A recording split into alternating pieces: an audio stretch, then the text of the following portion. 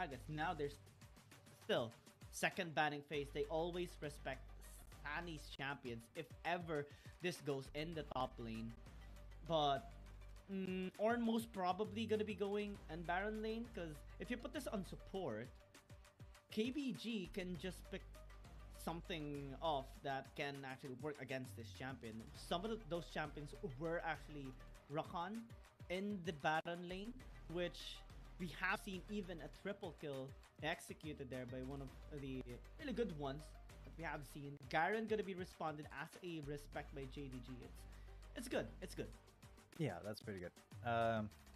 Garen was a little bit of a problem in the last game, but that does open up a lot of possibilities here for KG. I mean, Camille is still up.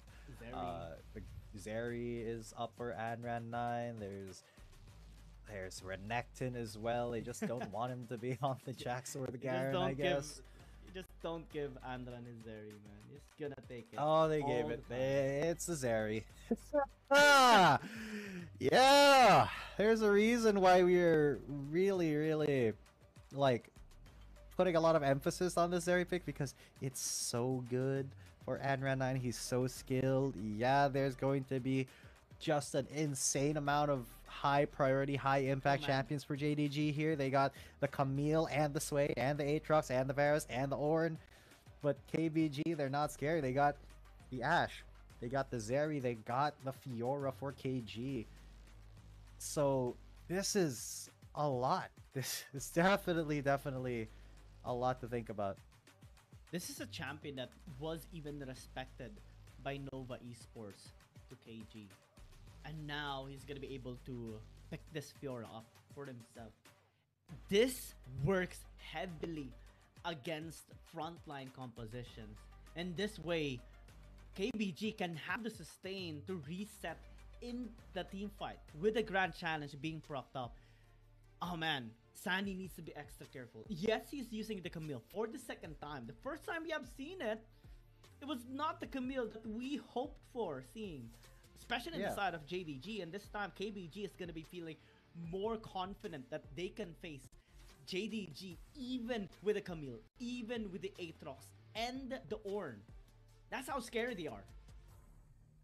Yeah, even though all of those champions are super high priority, I don't think we've ever seen a Camille and an Aatrox on the same team here in the WRLA. KBG are not scared at all whatsoever. They know that if they play this right, they have the tools they need to just take this game as well. That's a big if, because JDG have so much safety, so much scaling as well.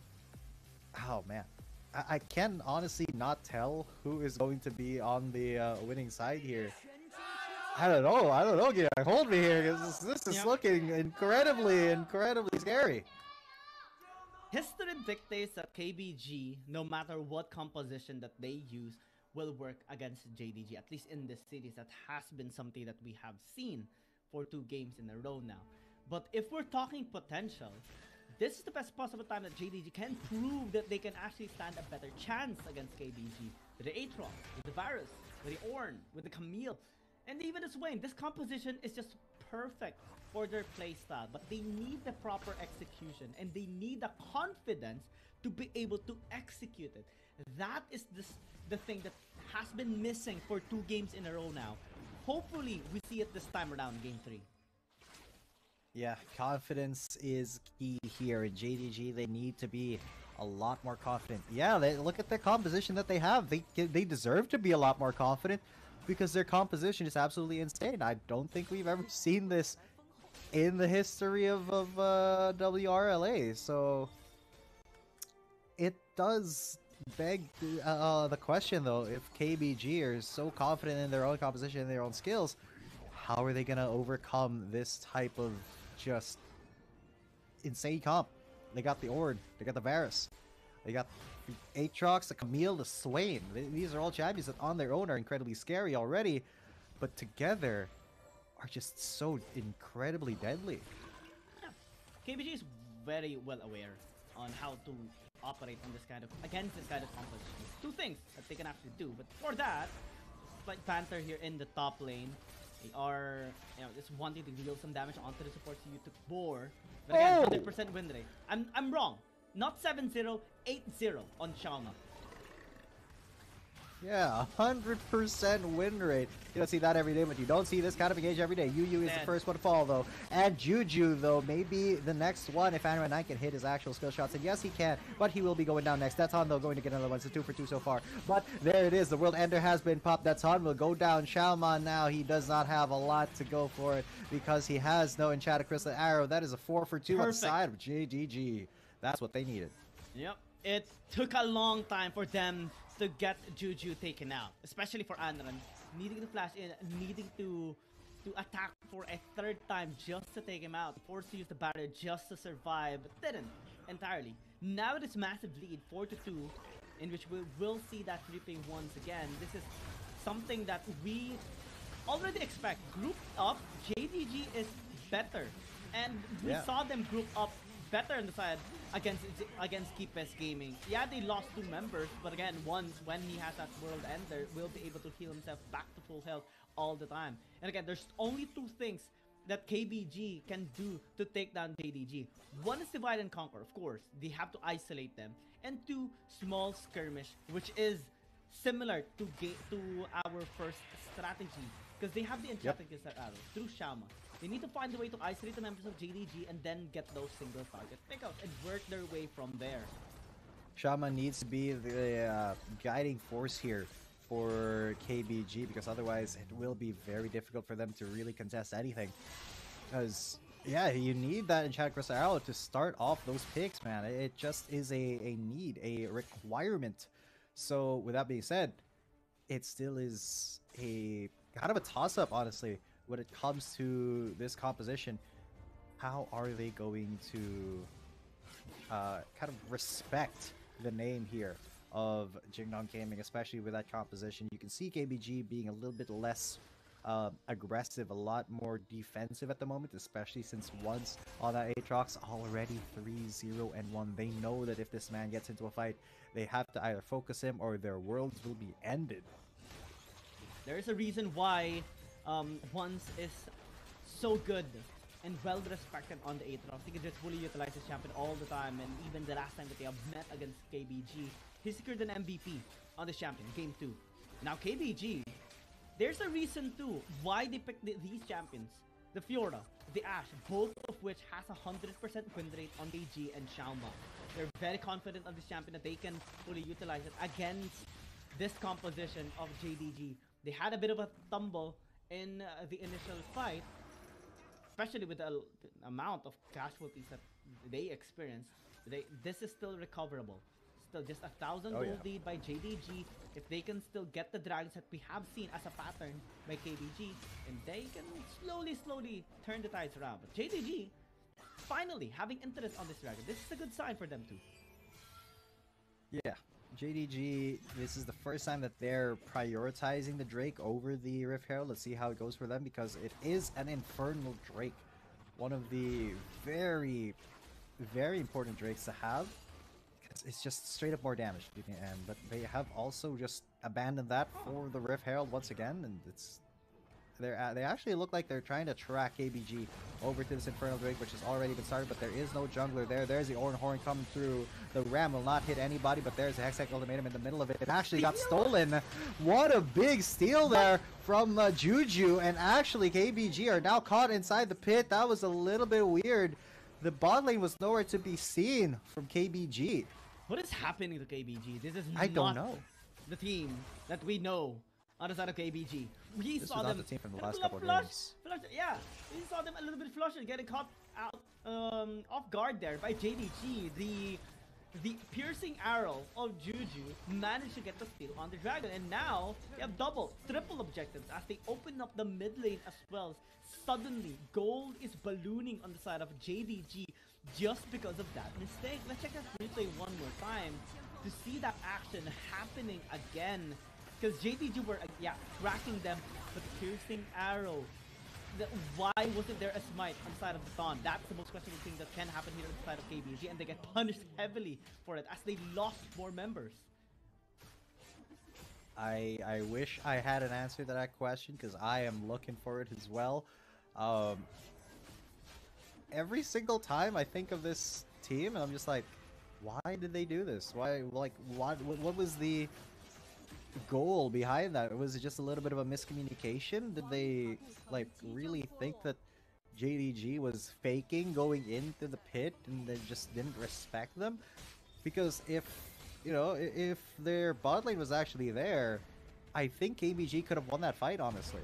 And because it wasn't there, now it's an opportunity for JDG. 5,000 gold lead. They took the tower in the bot lane as well. This is best form. Yeah, that is going to be the tower for JD. I'm just sorry. Oh I'm my just god. extremely confused. 1 What HP. was that? 1 HP. Anra9 gets Second away, charge? but just What is happening to KBG? They let I don't know if they dropped the ball or what is happening right here. I'm so confused, Gyang. Are they being, you know, flustered right now? Again, we saw 100% win rate stat on both of these champions, KG and Xiaoma. Not seeing the impact that they usually have in their previous games with these champions. This time it's JDG taking full control of this match. Gold lead still slowly ballooning. Doki may be in a little bit of trouble though. Faye Bai with his own ultimate. Boom, there's the Oran Horn. It does give enough space for Faye Bai to just go into the tower, get that kill, and just keep himself incredibly healthy. Now KBG, what is the answer here? Xiaoma is going to get engaged on, but his exhaust will keep him safe from Sani. Can this be the re-engage that KBG need? Because they are bleeding right now. 6.1 thousand gold deficit of KBG. Oh man, I want to call Dash right now because during the time that we witnessed a series of KBG and Nova eSports, we thought that the Ash scoreline of Xiaoma would be tampered in that series, but it didn't. And now it's being threatened once again, this time by JDG. Yeah. 7,000 gold lead by a late game scaling monstrous composition, and KBG is being forced to be on the reactive side. Yeah, not only the Ash 100% win rate, the Zeri 100% win rate as well. You gotta take note that Adran9 himself is, you know, at that 8 wins, 0 losses line himself. So, what is happening is always the question that we have here. I don't particularly know why KBG is performing like this, because this is not the way that they usually play, ladies and gentlemen. They're buying time. They're buying time. They're waiting for when KG and Andran can actually pop off. Again, this is still a late game champion on the Fiora and on the Zeri. There's still ways on how KBG can actually turn around the game, especially on the split push side, because if the Fiora can win against the Camille, then they can start, you know, attracting some attention of JDG. But while that's not happening, again, opportunity for JDG to actually take control of this game through the pressure that they can actually bake with the dragon spawning up. They have picked up the first one through a steal. They can pick this up again. Yeah, but swing and a miss right there. Unfortunately, the Enchanted Crystal Arrow not going to be the way for KBG to get back into this game, to get back into this dragon fight. So they're just gonna get zoned out here by JDG. I think the only route now is for KBG to hang on for dear life and scale up themselves, but if JDG play a little bit more proactive, that could be an impossibility. The Grand Challenge show being issued to Sani. He is going to try to get away with his hook shot. But KG, he's really going for it. He's being aggressive. There's a Hextech ultimatum. Will the shield pop off? No. It was an outplay, but it was still a 1-for-1. Yeah. An avenue for JDG to work around in the top lane. Pressure alleviated as well. Cast. Yeah, that's going to be the cast and the kill. Good catch now. KBG, this could be the way for them to get back in, but it's still a very long way to go, as once is really the target that they have to start the gap. So far, Once hasn't actually gotten any more kills after the triple kill that he secured in the top side river fight. And again, KBG is keeping track of every movement that they make across the map. Some way, somehow, they're able to get some value in this mid-game. A kill in the bot lane, a kill in the top lane as well. One still sitting on the top of the gold chart though, is something to take into consideration in this match. KBG needs to find a way, like what you mentioned, to take him down, shut him down later on. It's going to be very difficult given the goal that he has earned over the past few minutes. Still a scaling champion that they have right now. Maybe, just maybe, they can bank on this Aatrox of once. That is a very dependable champion to bank on, especially if he's as ahead as he is right now. And yeah, JDG is just really in the driver's seat for this one. They are holding the reins, and KBG, they're just trying to get any scrap that they can. And Chad Crisao, though, will hit. There's a hook shot, and then immediately into the Grand Challenge. What a long stun on the max range of that. But the Grand Challenge with the healing keeps him under tower, but KBG can't risk getting hit by more turret shots there, but he's going to get chased out by ones here. Yep, the Aatrox will just come in, pop him like a balloon. Instant ride through there. Thank you for the free kill, he says, and now heads down to mid lane. He wants more. He wants to take them down. Horde comes in, and that's a knock up onto 2, but no follow-up here from JDG. Once was a little bit far, and he already popped the World Ender to secure that kill on the bot lane. So, this is KBG. This could be an opportunity for them, as they may catch Doki here. Not quite.